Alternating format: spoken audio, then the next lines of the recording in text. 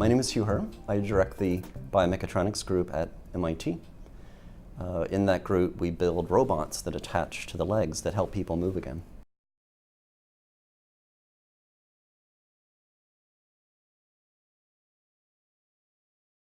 I first became interested in robots attached to the body in the 1980s. I was in a mountain climbing accident. We were stranded in a blizzard, and my legs got very cold, and I suffered frostbite, and they had to be amputated.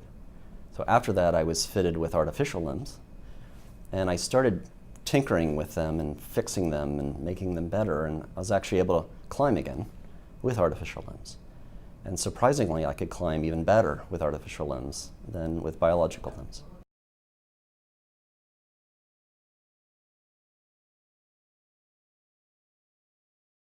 Since my accident, technology has become really advanced. In fact, what I'm wearing are bionic limbs. So these limbs have 3 computers and 12 sensors, and they emulate the muscle, tendon, and spinal actions of the human leg. So I can walk now normally at normal speeds and normal energies. It's fantastic. So today I wear these technologies, these bionic devices. So inside here are 3 computers, there's 12 sensors, and there's a muscle tendon-like actuation system.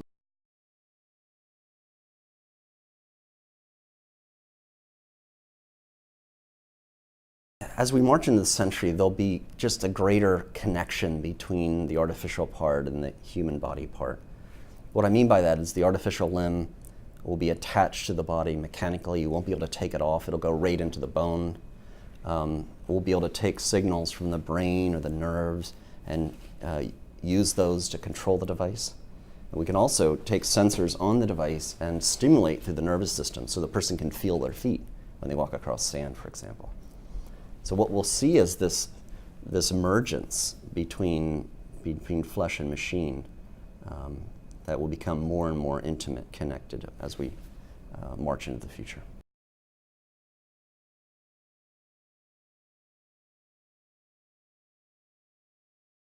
I predict that like the bicycle was invented.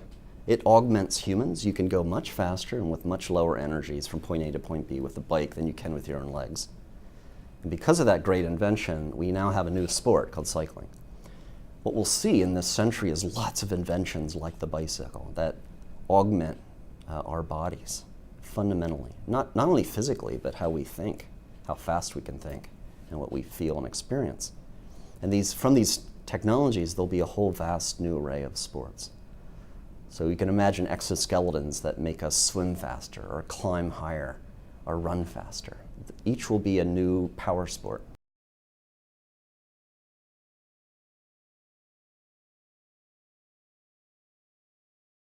Is it fair? Well, it depends on the sport. Some sporting events, such as the Olympics, is a celebration of what normal biological bodies can do at their very limit. But there's other sports, like race car driving, that's a human-machine interaction sport. And for those sports, it's absurd to freeze technology. Race car driving, they're not using car technology that's 100 years old or 50 years old. They're somewhat up to date. So in these new sports where robots are attached to our body, extending, augmenting our physicality, making us stronger and faster, those sports, there won't be a ban on what technology can do. So the human-machine interaction, therefore, will get better and better and better.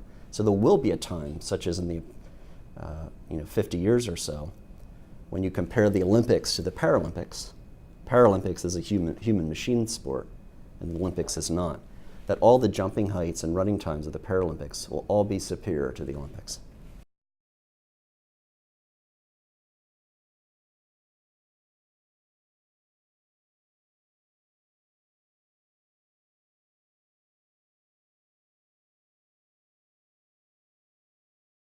In this century, as we are able to use technology to merge with our bodies and augment our brains and our bodies,